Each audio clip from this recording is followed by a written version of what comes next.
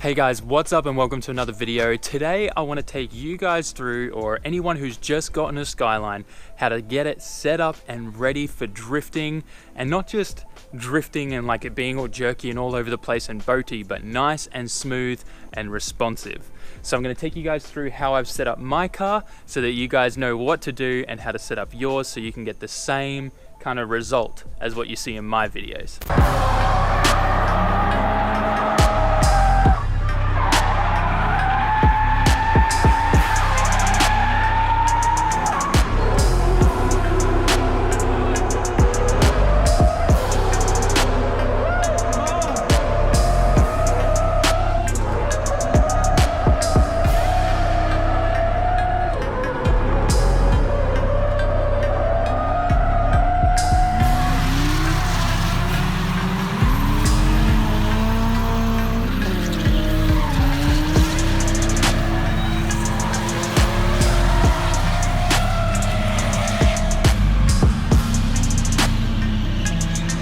Okay, so first of all, let's start with engine mods. Now, in my case, as most of you guys know who are subscribers, that I've upgraded the turbo. We've got nearly 400 horsepower out of this whole package with an unopened factory engine. And you can do that once you're really enjoying drifting and you want to invest more in it. But if you've just picked up your Skyline and it's stock, bone stock, and there's nothing like done, then here are the things you want to do. Now, first of all, you do want a boost controller of some sorts. You can get the manual T, or you can get electronic like GRIPPY, Prefecture boost controller, and you want to make sure that you turn your boost up to 12 psi, no higher. If you want it to be a little bit safer, you can go to 11 psi, 11.5. That's probably a really good number, safe number. That's going to give you a little bit extra boost and help you spin the rear wheels and get things a lot more responsive for the Skyline. They really wake up at a 12 psi, and if you're wondering why not to go over 12, it's because a lot of the factory turbos are made with acrylic compressor wheels and ceramic turbine wheels, and they do break up after 12 psi. Once you go to like 13, 14 psi, they tend to break and rip off, and then you've got to replace a turbo, and you don't want to do that. So once you've got 12 psi of boost, your engine's going to be much quicker and responsive. You don't need to worry about upgrading your factory ECU or anything for now. You can do that in the future, that's fine. Now, you can get away with a side mount intercooler, but I do really recommend getting a front mount. It keeps your intake temps right down nice and low. So if you can afford that, do it. But if you've only got the side mount, the factory one, that's okay as well.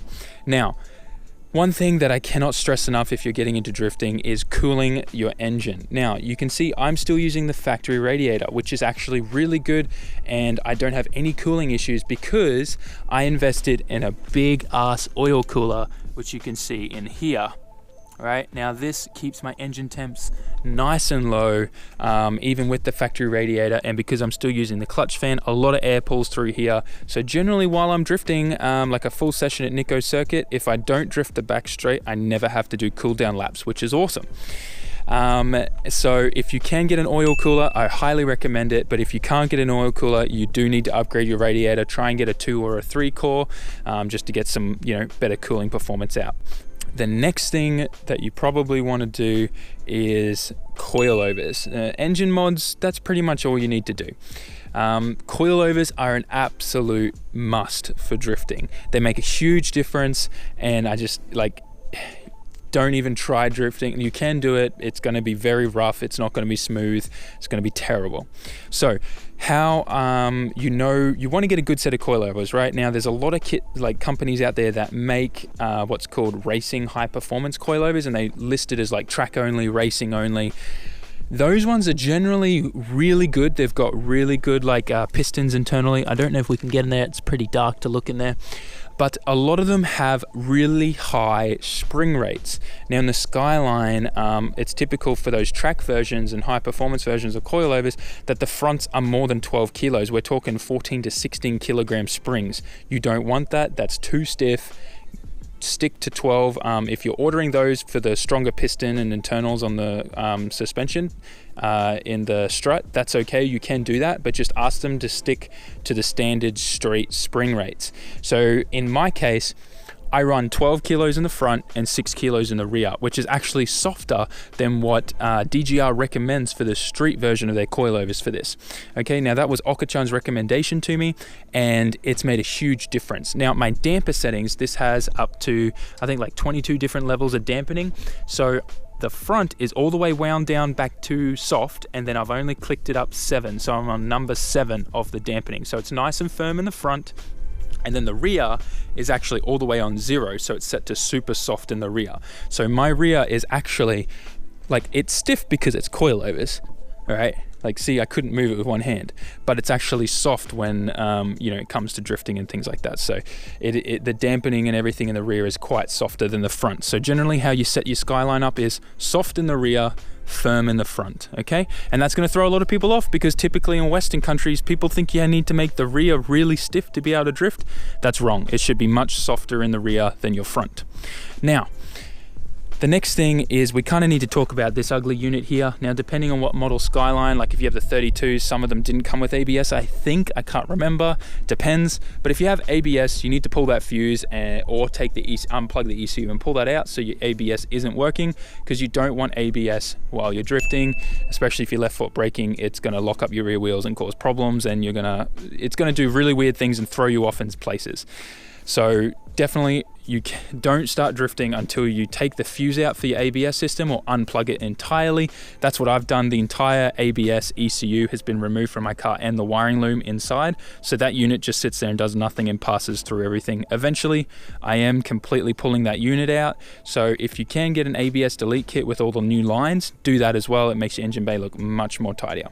Okay, so that's pretty much all of that done. Now, angle mods. A lot of people think you need angle mods to start drifting. You don't. I still don't have any angle mods on my Skyline.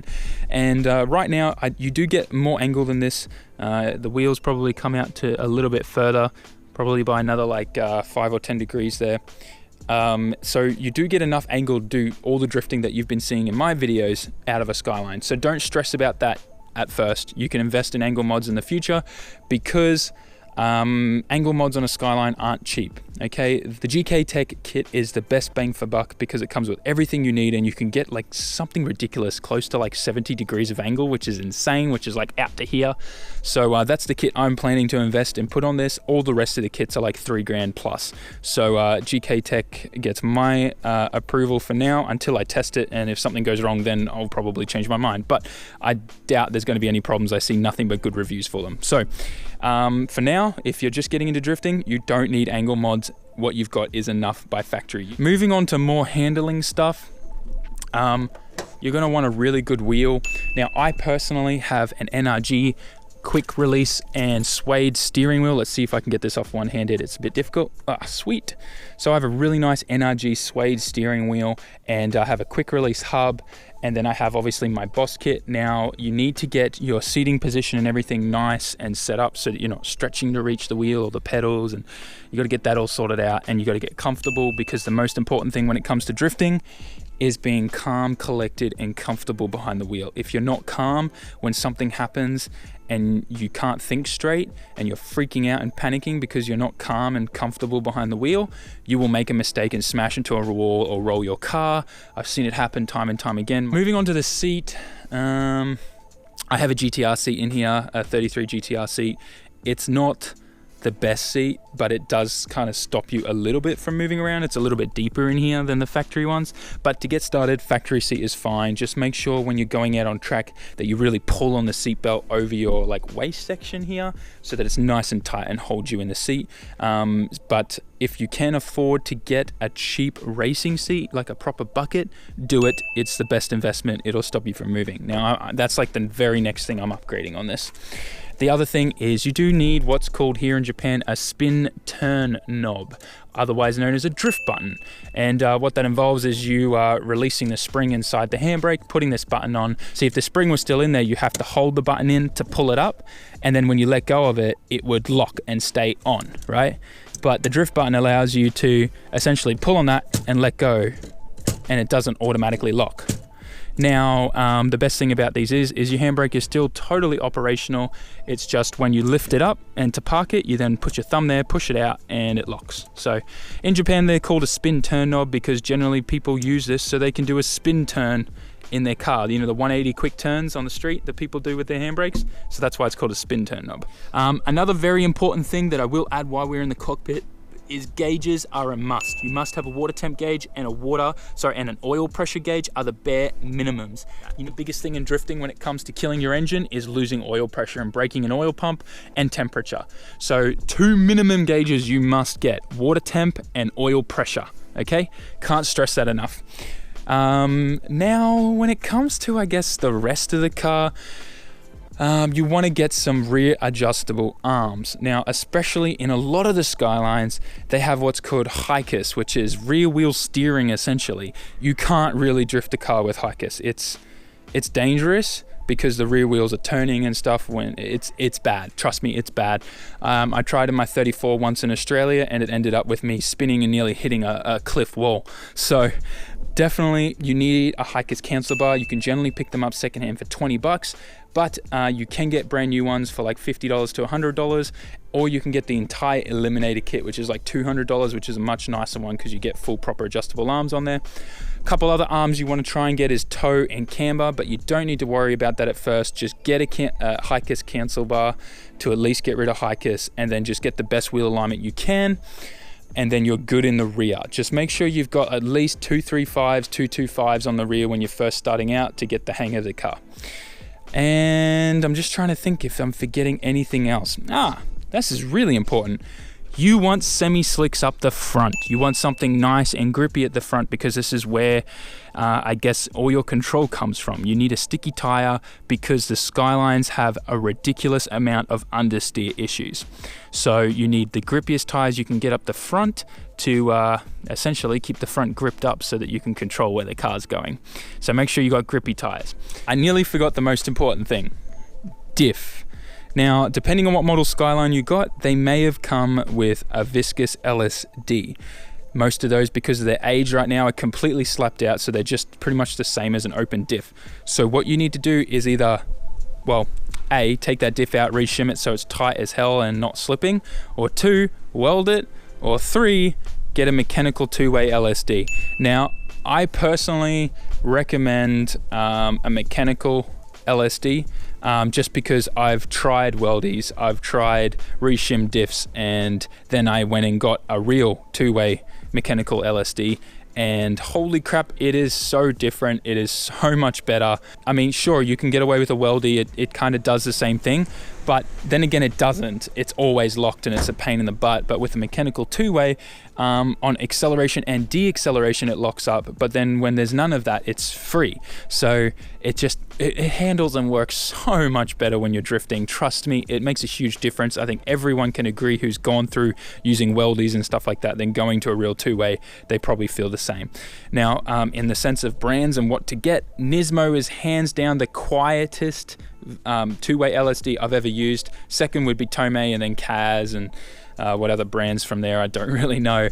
They're the 3 main brands, I guess. So Nismo, if you want a quiet one, Tomei is pretty much spot on and amazing. It's just a bit noisy, and then CAS is like the noisiest of the lot. I've heard Cusco is really noisy as well, so you know, just pick whichever one you want, I guess, in that aspect. But if you want the quietest, most comfortable one, Nismo is the best. And I think that pretty much wraps up everything you kind of need to get your Skyline Drift ready. Obviously, with the coilovers, set your ride height at a reasonable level. Don't slam the car because you need clearance to make sure you're not rubbing tires and things like that. I really recommend, if you're starting out, try to keep to 17s on the front at least, because 17s have the most clearance with rubbing and things like that in the front end there. So that's a good idea as well. But otherwise, you don't need to worry about adjustable arms or anything like that to get started. The factory arms will do, just HICAS delete, and your coilovers pretty much for suspension, and you're good to go. Okay guys, so I hope you didn't mind this video. I get so many messages from everyone just going, Sam, I have a Skyline too, and I go drifting in it, and it just doesn't drive like what I see it in your videos. Like, your car just seems to drift so smoothly. Why is that? And I was kind of shocked at first, because I was like, I mean, I haven't done that much. I've just done what I think is common sense for setting up a drift car. But it seems like there's a whole bunch of misinformation on the internet about how to get a Skyline set up and what you should do for drifting and things like that, when it really just comes down to some basic kind of things that I guess I thought were common sense. But anyways, I wanted to share that with you guys, and I hope that helped you. I hope you guys found this educational, you learned something new, and I hope that if you have a Skyline, that you get out there and have some fun like I have, and then all of a sudden fall in love with the sport, want to get into competing, and you start dumping heaps of money in your car. Just don't tell the missus I'm responsible for that. But anyways guys, like I said, I hope you enjoyed this video. Thanks heaps for watching. Make sure you like, comment, share and subscribe. Check out all my social media down in the description. And if you want to send me anything like slap stickers for the car, or anything you want to see me open and show in a mail time video, my PO box is down in the description as well. And with that, I'm going to wrap it up. See you later guys. Ja mata ne.